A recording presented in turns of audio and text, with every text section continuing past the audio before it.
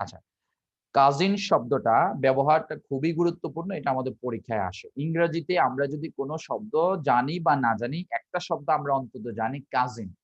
যেমন মনে করো শাওনের সাথে আমার ধর্মসাগর পাঠ দেখা হলো অথবা রাকিবের সাথে অথবা যেকোনো একজন আমার পুরাতন স্টুডেন্ট বা নতুন বর্তমান স্টুডেন্টের সাথে দেখা হলো।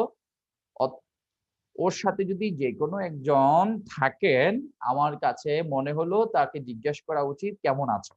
তো আমি জিজ্ঞেস করলাম শাওন কেমন আছিস? তারপরে হয়তো বললাম যে উনি কে?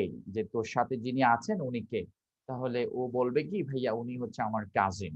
মানে এই শব্দটা মোটামুটি আমাদের সবারই জানা। কাজিন বলতে আমরা কি বুঝি? চাচাতো ভাই, জ্যাঠাতো ভাই, মামাতো ভাই, ফুফাতো ভাই, খালাতো ভাই। যদি নানাতো ভাইও থাকে তাহলে নানাতো ভাইও বলা যেতে পারতো। যেহেতু নাই বলার দরকার নাই। আচ্ছা। তাহলে এই কাজিন শব্দটা যখন আমরা বলবো সেই ক্ষেত্রে এই শব্দটার সাথে অতিরিক্ত ব্রাদার, সিস্টার এই ধরনের শব্দগুলো ব্যবহার করার কোনো প্রয়োজন নাই।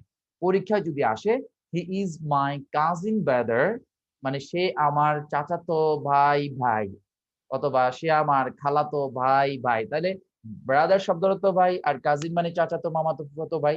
তার মানে শব্দটা ২ বার হচ্ছে। সো আমাদেরকে ব্রাদার শব্দটা বা সিস্টার শব্দটা ব্যবহার করা যাবে না। আমরা পরীক্ষায় যদি আসে he is my cousin brother তাহলে আমরা বলবো he is my cousin. He is my cousin. He is my cousin brother থাকলে শুধুমাত্র কাজিন ব্যবহার করব।